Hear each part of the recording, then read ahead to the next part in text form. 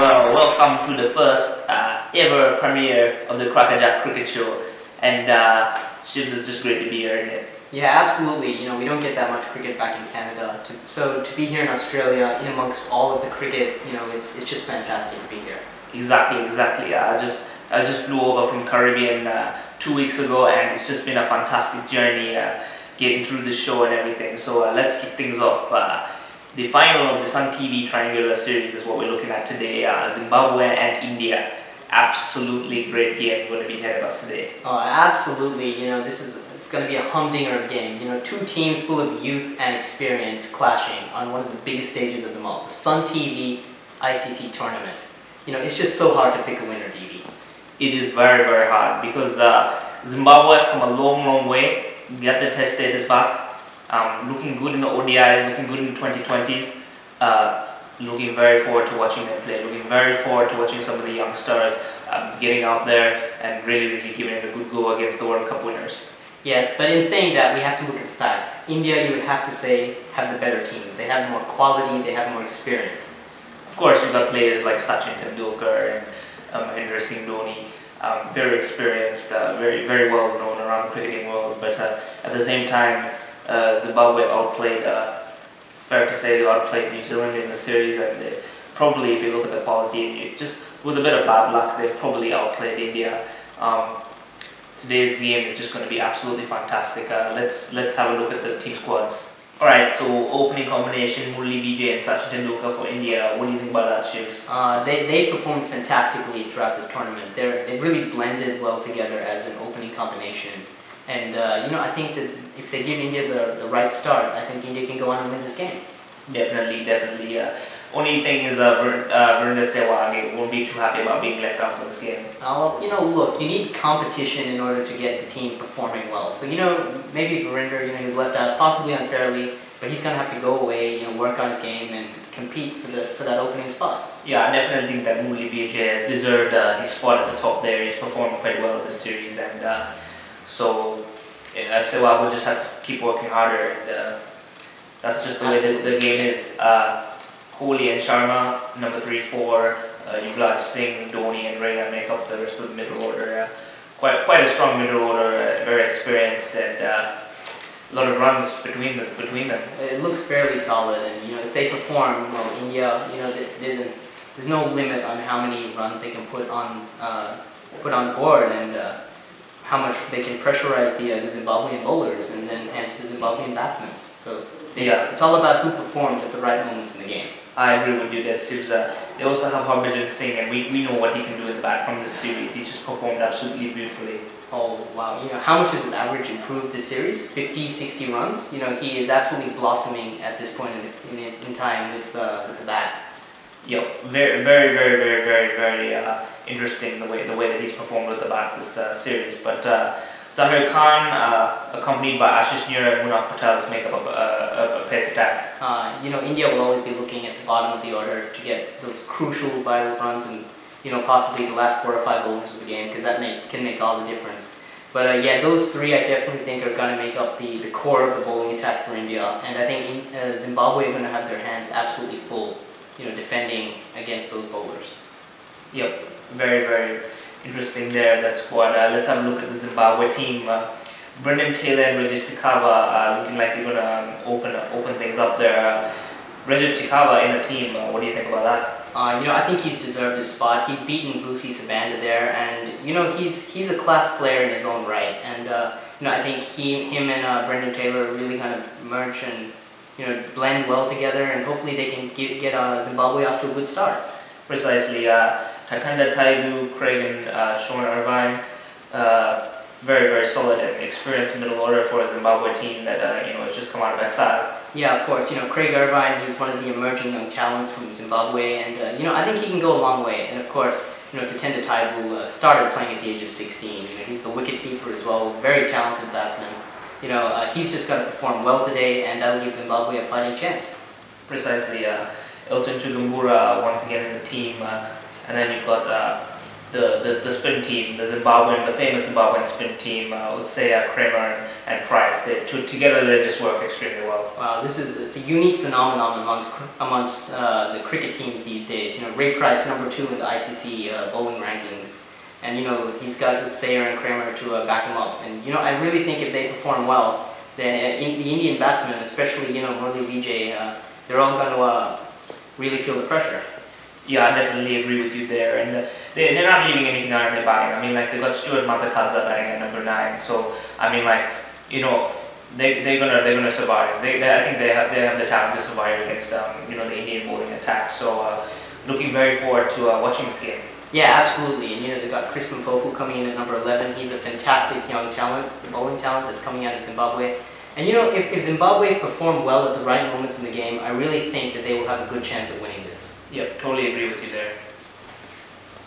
Right, so both, you know, very important game for both teams. I've actually just been given confirmation that Tony Grigg and Lakshman Shiva Ramakrishnan are waiting for us in the middle with the pitch report. So let's cross over to them now.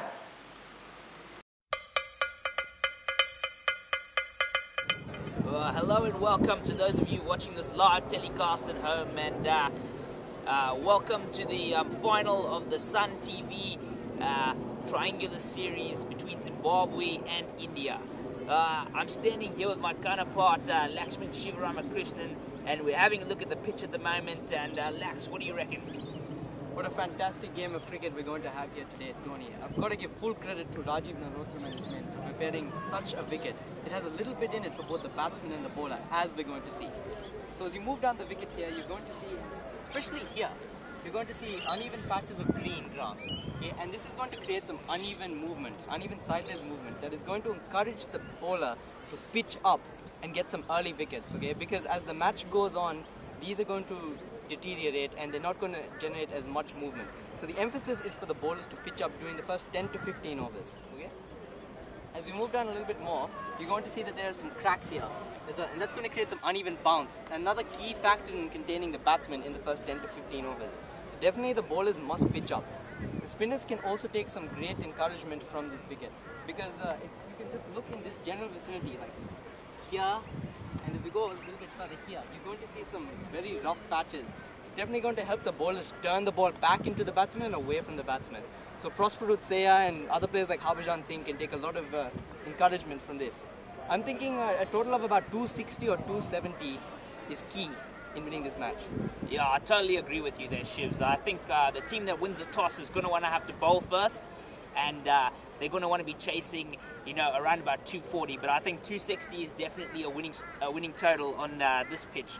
One more thing I just want to show the people at home watching this telecast live is the hardness of the pitch. Now, it's in some areas such as this one that I'm standing on right now. The hardness is there, so you can get a bit of bounce as a pace bowler. As you can see, the key doesn't actually quite go in. There's like a nice grassy top though, where the bowlers would love to pitch it just to get a bit of deviation. And since it's hard, they're going to get a lot of bounce as well.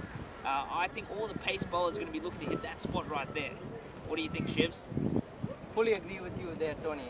Just as one final comment, I have to say that winning a final is all about playing your best at the key points in the game. So if the bowlers back up their batsmen and the batsmen back up their bowlers, we're going to have a fantastic game of cricket. Yep, Shivs, we're in for a marvellous one today. And that's it from the pitch report. Back over to you in the studio.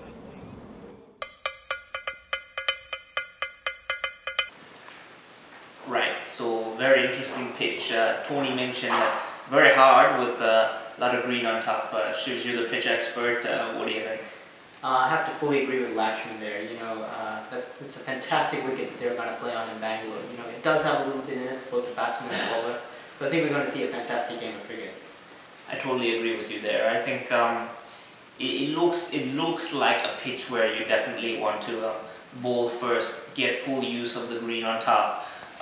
Especially Zimbabwe with their spinners, they're gonna wanna use that nice green layer that you got there. Because once the batsmen start running, once the pace bowlers start getting their follow through, you know that will soon disintegrate, and you know you won't really have those spots there anymore.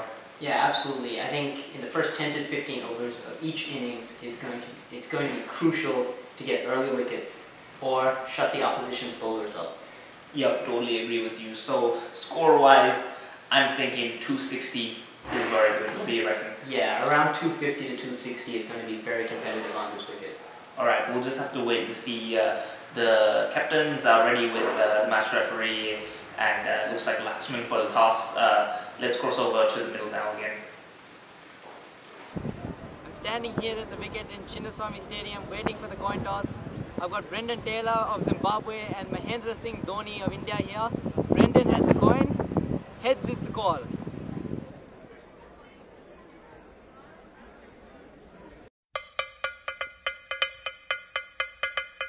The news here from Chinnaswamy Stadium is that Brendan Taylor has won the toss. Brendan, what are you going to do? Yeah, I would think we're going to have a bowl first. Pitch is looking quite good to chase on because it's quite hard, but there's a nice lush green top, good place for the spinners, Prosper and Ray to hit, and there's some good areas for the pace bowlers as well early on. So hopefully we can make use of our resources here, and hopefully we won't have to chase too much. If we can restrict them to 220, 230, I think we're definitely in the game and in for the series. News is Keegan Meth is out with a back injury. Who's coming to replace him? Yeah, poorly Keegan's out with a back injury. Not too happy about it, but we have Chris Porfu to replace him today. Hopefully he can redeem himself from earlier in the series. There's some good spots for him to hit on the pitch. He'll get a lot of deviation, a lot of bounces, draw man, so hopefully they'll work for us. Any other replacements from the team that played last week against New Zealand? No, not really. Grant basically said that we're playing well as a unit, and we've gelled really well, so he wants us to go all the way through to play this final and win it. Oh well, good luck. Thanks.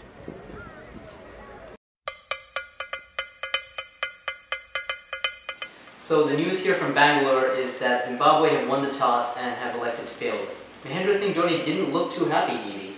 Yeah, I think he knows he's got a lot on his plate. Having to bat first on that pitch is not going to be easy, especially with the Zimbabwean spinners bowling at him, bowling at Murali Vijay early on. They're going to try and tie him down, and the run rate's not going to be too good at the start, I'm predicting. But, we'll have to see how it pans out. And I think that Brendan Taylor, he's hit a lucky streak winning that toss, because I think it was a vital toss to win. Yeah, absolutely. I think that the Indian batsmen are really going to have to battle for the first 10 to 15 overs of the game. And while I think the Zimbabwean batsmen will also have to do that, the ball won't be moving as much in their innings. So I think definitely it's a good toss for Zimbabwe to win. Yeah, definitely. The spinners are going to really enjoy bowling on that pitch early on with the green top, and as soon as the pace bowlers start bowling from Zimbabwe, and the batsmen start running on the pitch, that green layer is just going to wear away just a little bit, and eventually the Indian bowlers are not going to have the same assistance from the pitch. So it's going to be very interesting to watch this game. Yeah, absolutely. The team of Price, Creamer, and would say definitely very crucial to the outcome of this game. Very interested to see how Ray Price is going to bowl with his leg stump line and how that's going to work, turning the ball back into the opening batsman, because no doubt he will be the one who will open the bowling. I totally agree with you there, Shivs, and these are very revolutionary times for Zimbabwe cricket. What do you reckon? Yeah, absolutely. These are very revolutionary times, and I think in a period of cricket like this for Zimbabwe, I think that self-belief is the most important thing. If they believe they can do this, then they can do this. They have the quality, they have experience, and they have that team culture that promotes winning. Very well said, Shivs. And the first ball is just about to take place from Chinnaswamy Stadium, so we're going to take you out there to Bangalore, and in the commentary box is Tony Gregg and Robin Jackman.